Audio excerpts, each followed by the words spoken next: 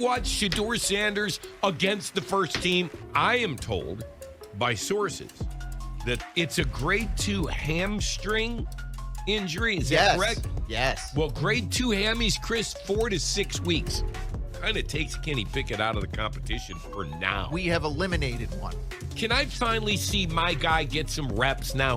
With a torn hamstring, Kenny Pickett hobbled off the practice field. The Browns' quarterback competition suddenly descended into total mayhem. The position was open. Everyone anticipated that Shedeur Sanders would eventually have his chance, and the timing couldn't have been more ideal. However, after that, there was silence, no movement in the depth chart, and no first-team workouts in front of the whole staff. Shedeur went 9 for 9 and scored 2 touchdowns, but he was once again marginalized as Joe Flacco and Dillon Gabriel continued to share the top reps. One is an elderly veteran, while the others are barely surviving. Even if Shedeur is doing everything correctly, it still isn't enough. What is actually happening in Cleveland then? Are the Browns only playing games with their most talked about rookie? Or is it politics or a fear of the spotlight?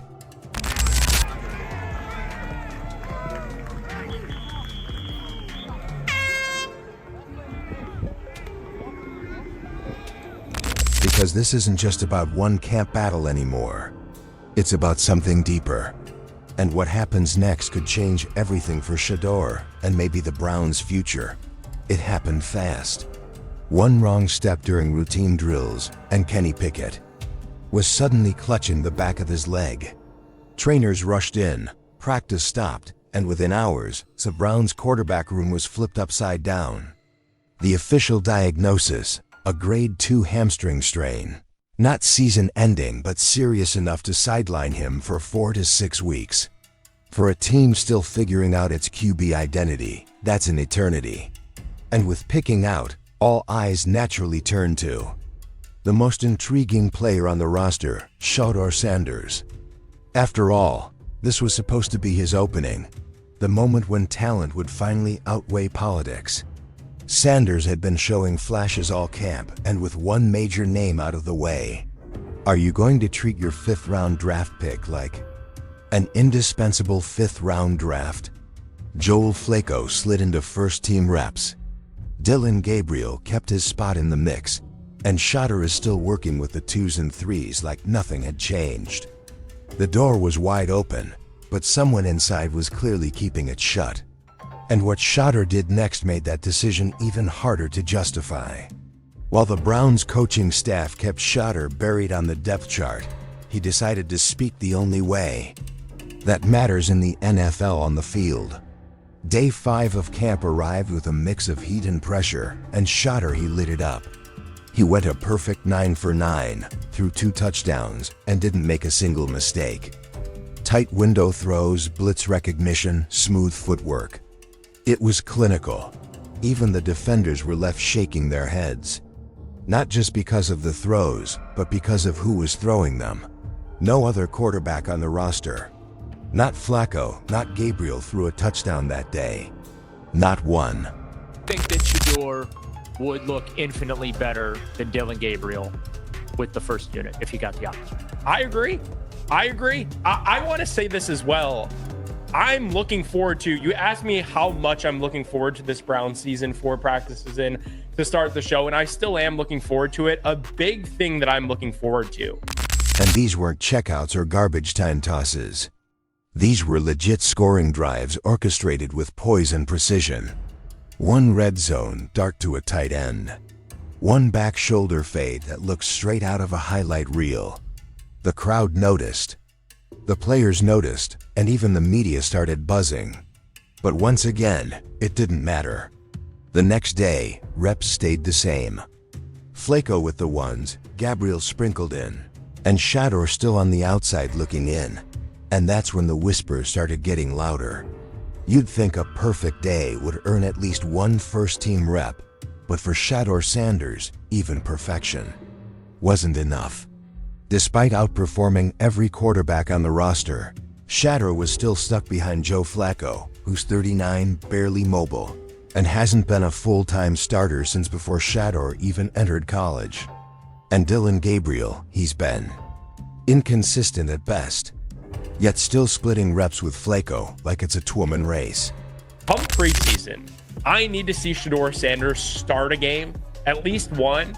And if he balls out, the Browns are not going to be able to continue to hide and say that he's developing and that he's a project and all of these labels that we've heard slapped on to Shedeur Sanders as to why he hasn't taken snaps with the ones yet. Like, let Shedeur get out there in a preseason game against a jersey that's not Browns players and ball out.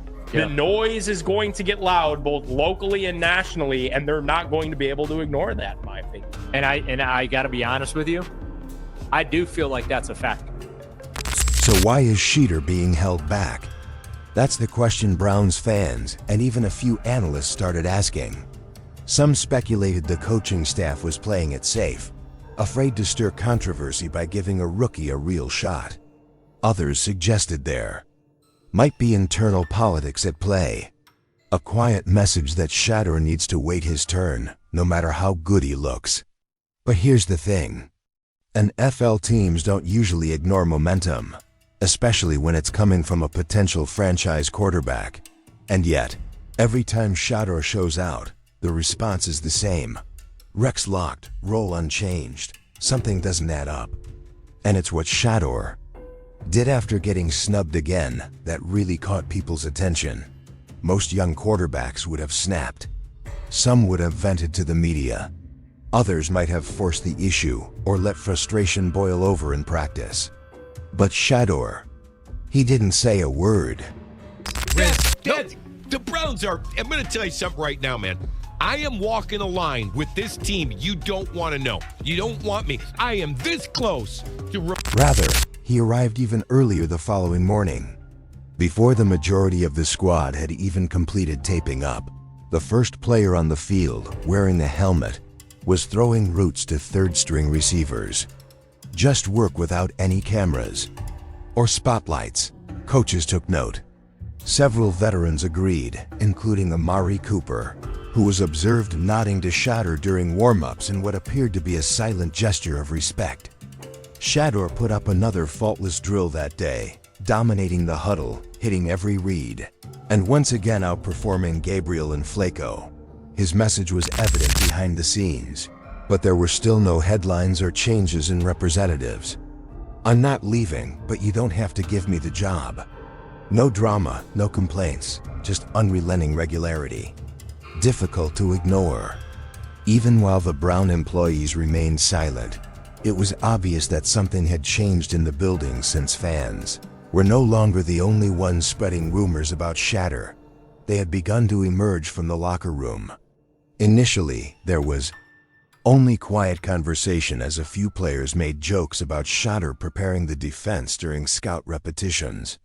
However, the atmosphere in the locker room had obviously changed by the conclusion of the week.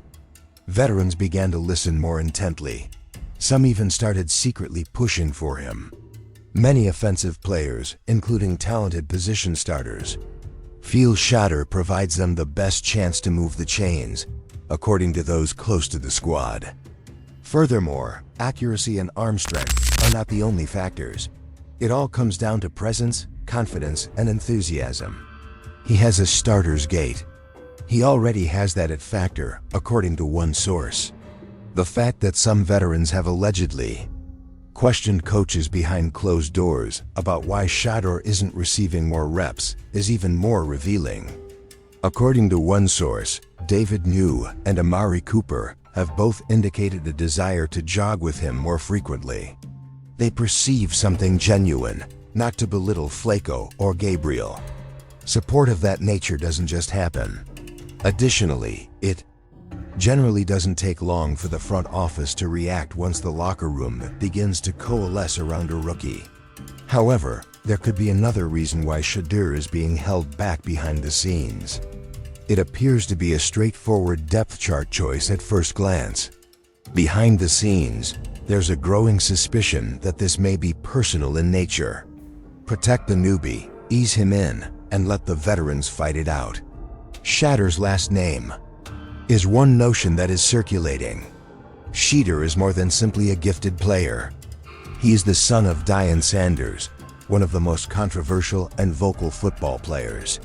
He brings pressure, attention, and headlines, and not every NFL front office desires that kind of smoke.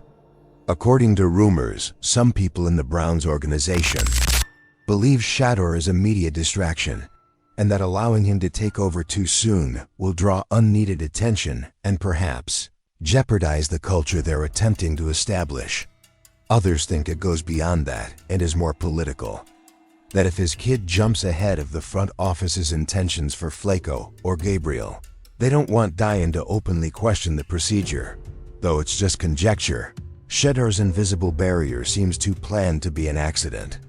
However, it is more difficult to conceal the story the longer he continues to rule in quiet. Since the national media is now beginning to inquire as to what the Browns are so terrified of. The media had other ideas despite the Browns' desire to keep Shador's ascent under wraps.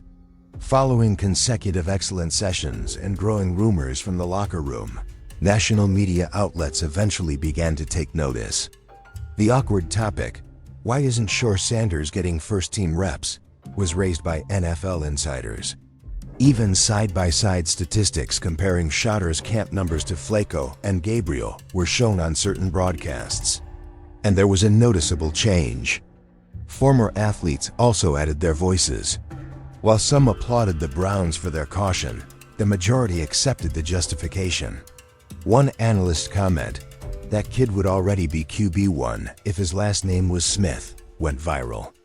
The quarterback war abruptly ceased to be an internal discussion. It had developed into a heated public discussion.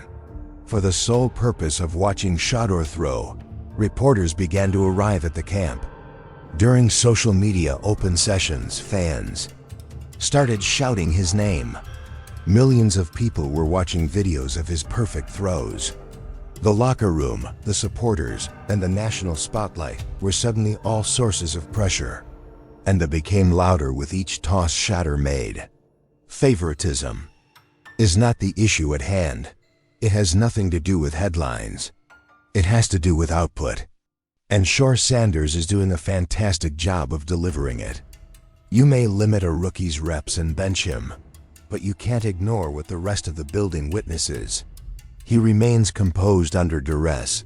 Everyone is being outworked by him. Above all, he is gaining the support of his players, supporters, and even rival coaches. The Browns could believe that they are defending him.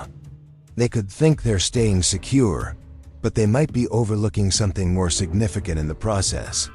The instant a star is born directly in front of them. Because there won't be much more debate if Shador continues in this manner. He won't need to request the position. He won't need to earn it in hushed tones. The Browns will be forced to give him the keys. How long will it take for the whole football community to call them out for what is becoming increasingly clear every day? That is the only question.